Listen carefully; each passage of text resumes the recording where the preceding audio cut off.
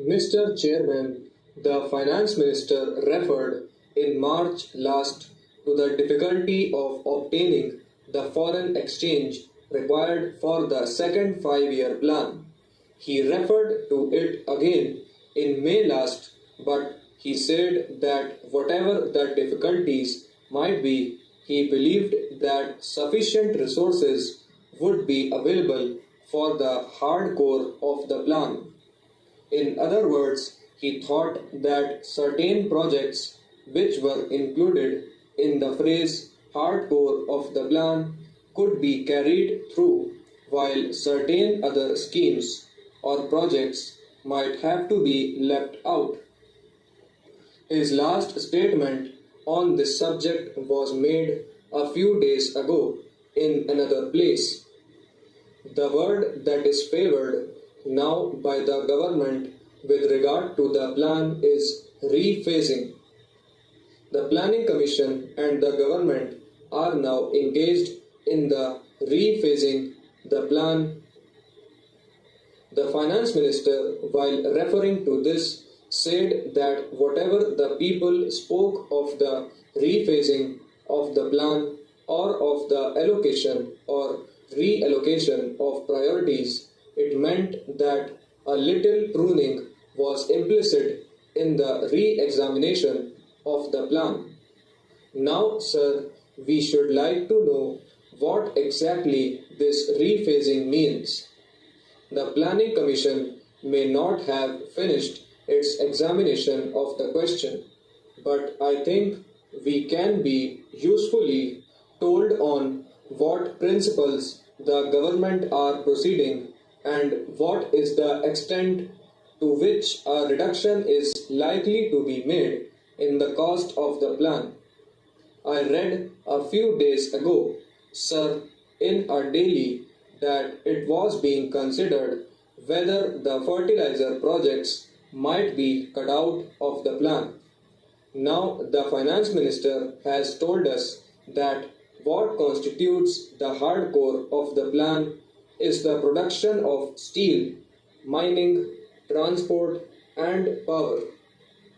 Now, is the production of food essential for carrying out of the plan or not?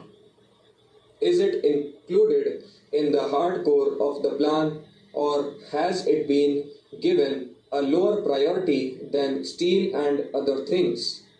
It is very important for us to have this information because we can form our judgments with regard to the rephasing of the plan in connection with the measures that are to be placed before this House very soon, only when we know what the ideas of government on this subject are. It may not be possible for the Honorable Finance Minister to state what the exact extent of the reduction in expenditure will be. At one time, sir, we were told that all the schemes in the plan stood or failed together. If greater industrialization was needed, it was necessary that more food should be produced, that education should be spread so that people who can understand the latest technological processes might be available, and so on. It is this that makes it necessary for us to ask how the ideas of the government on this subject have changed and what, broadly speaking, they propose to do now in view of the shortage of foreign exchange and the danger of having recourse to deficit financing to a large extent. Sir, I referred a minute ago to the importance of increasing food production.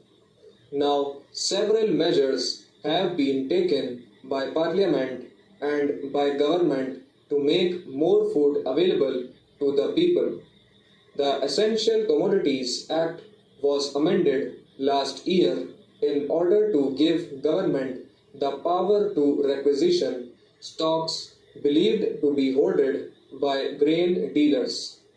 Then it was announced that India was being divided into a number of zones because it was believed that restrictions on the free movement of food grains would bring down their prices and consequently lessen the temptation to hoard.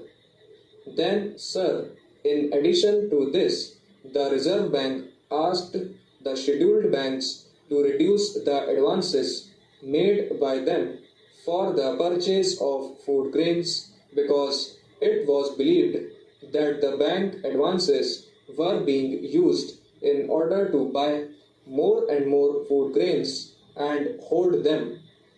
As a result of these measures, the food minister could say 3 or 4 weeks ago that the rise in food prices had already been checked. Let us see first how far the production of food has increased and to what extent prices have fallen. I shall take first the production of food. The Planning Commission, in its review of the work in the first year of the second plan, said that according to the food production program, an addition in food production potential of about 2 million tons was expected to be realized in 1956-57, and that increase in production is estimated to be of the order of 1.4 million tons. The statement made by the Planning Commission depended on the forecast made at the end of April by the Food and Agriculture Ministry. But a week later, the Food Ministry claimed that the production of food was not 66 million tons but a little over 68 million tons. There was a difference of about 2 million tons in the two estimates made at an interval of a fortnight.